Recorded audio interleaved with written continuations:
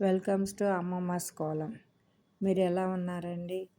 ఈరోజు early morning tea పెట్టుకుంటున్నానండి.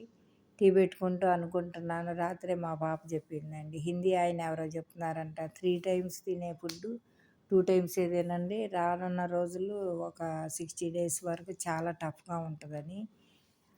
దాలు rice ఇల్లు పెట్టుకుని దాల్ చావలన్నా తింటా ఉండడం అది చెప్పారమ్మా, చాలా టఫ్గా ఉంటుందంట అని చెప్తుంది. రాత్రి ఏదో విన్న తర్వాత టీ పెట్టుకుంటాను. టీ పొడి కూడా ఒక అర కేజీ తెచ్చుకొని పెట్టుకోవాలేమో, టీ లేనిదే ఉండలేను అని అనుకుంటున్నాను అనమాట.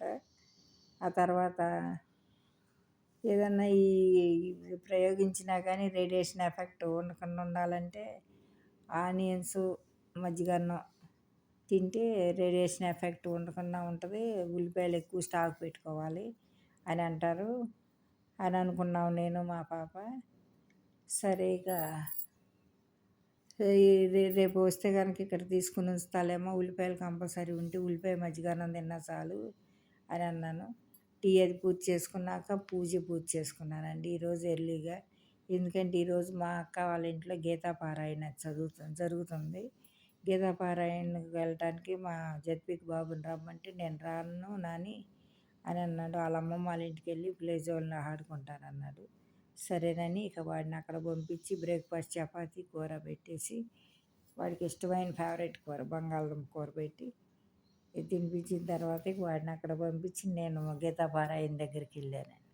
గీతాపారాయణ కూడా చిన్న బిట్టు తీశానండి, చూడండి ఎలా ఉందో. చాలా బాగా అలంకరించారండి. పుచ్చకాయని పెట్టి కలిసి చెంబు మీద శివుడికి నామాలు పెట్టి శివుడిలాగా అలంకరించారు. ఎంత చక్కగా చేశారులేండి. అన్ని పైనాపిల్లేనా, అది పుచ్చకాయది మాత్రం చాలా ఆనందం వేసింది చూస్తే. శివనామాలు పెట్టి శివలింగం పెట్టినట్టుగా అనిపిస్తుందండి చూస్తుంటే. అంత చక్కగా చేసుకున్నారు. కాకపోతే వాళ్ళు అక్కడ మనుషులను కనపడకుండా వీడియో ఏదో చిన్న మొక్క తీశారండి.